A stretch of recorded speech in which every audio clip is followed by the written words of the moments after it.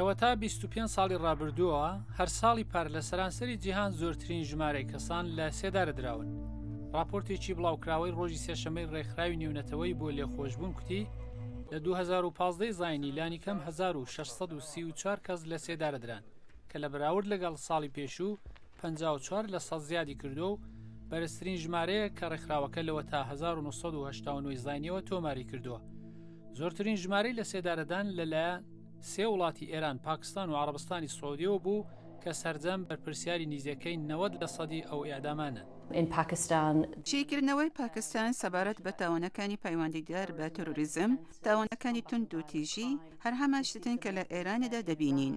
بەڵام کاتێک بۆ وێنە چاو لە پاکستان دەکەی کە لە ڕاستیدا کێ ئەعدام کراوە، زۆربەیان ئەو کەسانە نەبوون کە تاوانبەر بە تاوانەکانی تۆرۆریزم بوون. لە ئێران ئێمە نگەرانی پاساودان سەبارەت بە شەڕی توندڕەوی یان تۆرۆریزمین کە لە ڕاستیدا وەک سەرپۆشێک بۆ هێرشکردنە سەرجودابیران کەڵکی لێ وەردەگیرێ. بۆیە دەبێت چاو لێ بکەی ئەو وڵاتە چی ئەنجام دەدەن تا ئەوەی چی دەڵێن. ڕێکخراوی لێخۆشبوونی گشتی دەڵێت سعودی لانی کەم 158 کەس لە نێویاندا شێخ نەمر ئەلنەمریان ئیعدام کرد. عەرەبستان دەڵێت ئەو ئیعدام بۆ سزادانی تێرۆریستان بەکاردێنێت، بەڵام ئەمنستی ئیدعا دەکات عەرەبستان ئیعدام بە دژی جودابیرانی سیاسی بەکارهێناوە.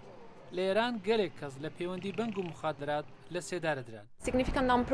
ژمارەیەکی زۆر لە 977 کەس کە ئێمە تۆمارمان کردوون ئێران سەبارەت بە تاوانەکانی مخدرات لە سێدارەیدان. تەنانەت ئەگەرچی یاسای نێونەتەوەی بەڕوونی دەڵێت بەکارهێنانی ئیعدام بە شێوەی ئانقەز دەبێت سنووردار بکرێت. ژمارەی دروستی ئیعدام کراوان زۆر لەوە زیاترە لەبەرەوەی ئاماری چین ناگرێتەوە.